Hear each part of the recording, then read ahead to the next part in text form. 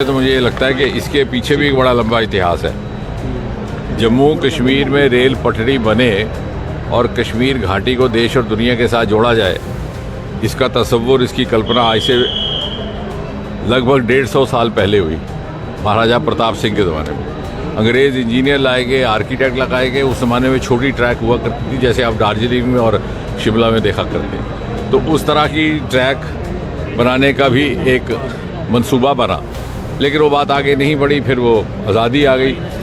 आज़ादी के बाद 1972 तक इंतज़ार करना पड़ा, पहली रेलगाड़ी जम्मू में पहुंची। क्योंकि पहले सियालकोट में हमारा एक रेलवे स्टेशन हुआ करता था, पाकिस्तान बनने के बाद वो जाता रहा। और 72 से लेकर के अब तक 50 साल के बाद यहाँ, और ये भी सोचने वाली बात है कि सन 2014 में जब मोदी जी प्रधानमंत्री बने हैं तो इसका काम लगभग थम गया था।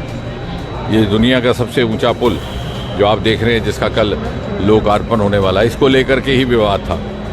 यहाँ पटरी बनाना संभव होगा कि नहीं होगा, सुरक्षित होगा कि नहीं होगा। बार बार रेल के मंत्री यहाँ लाए गए, नए सिरे से अलाइनमेंट बनाई गई, और फिर जब नक्शा बना तो एहसास हुआ कि साहब ये तो बहुत ऊंचा है। तो उन्होंने कहा कितना ऊंचा है, क्योंकि मैं वहाँ का मेंबर पार्लियामेंट भी था। उन्होंने कहा साहब ये तो एफिल टावर से भी ऊंचा। तो हमने उसी वक्त निकाला और वाकई 35 मीटर उससे ऊंचा। और इतिहास, इस तरह से एक इतिहास रचने का क्रम वहाँ से शुरू हुआ। अब यहाँ से जब ये ईज़ ऑफ ट्रैवल भी रहेगा, ईज़ ऑफ बिजनेस भी रहेगा, ईज़ ऑफ कॉमर्स भी रहेगा।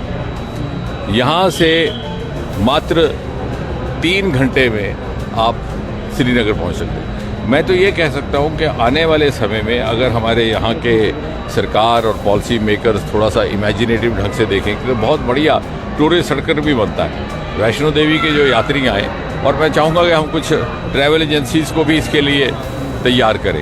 एक वैष्णो देवी से होकर के वापस आने के बाद पत्नीटॉप से घूम करके यहाँ पर वो ट्रेन ले और 3 घंटे में वो घाटी पहुँच जाते हैं। सफ़र भी आसान है, रास्ते में उसका दृश्य भी बहुत अच्छा है देखने को। और बच्चे और नौजवान और कपल्स फ़ोटो शूट्स भी कर सकते हैं। और साथ ही साथ एक ऑल्टरनेट रूट भी बनेगा, आपके हाईवे के ऊपर रश कम हो जाएगा।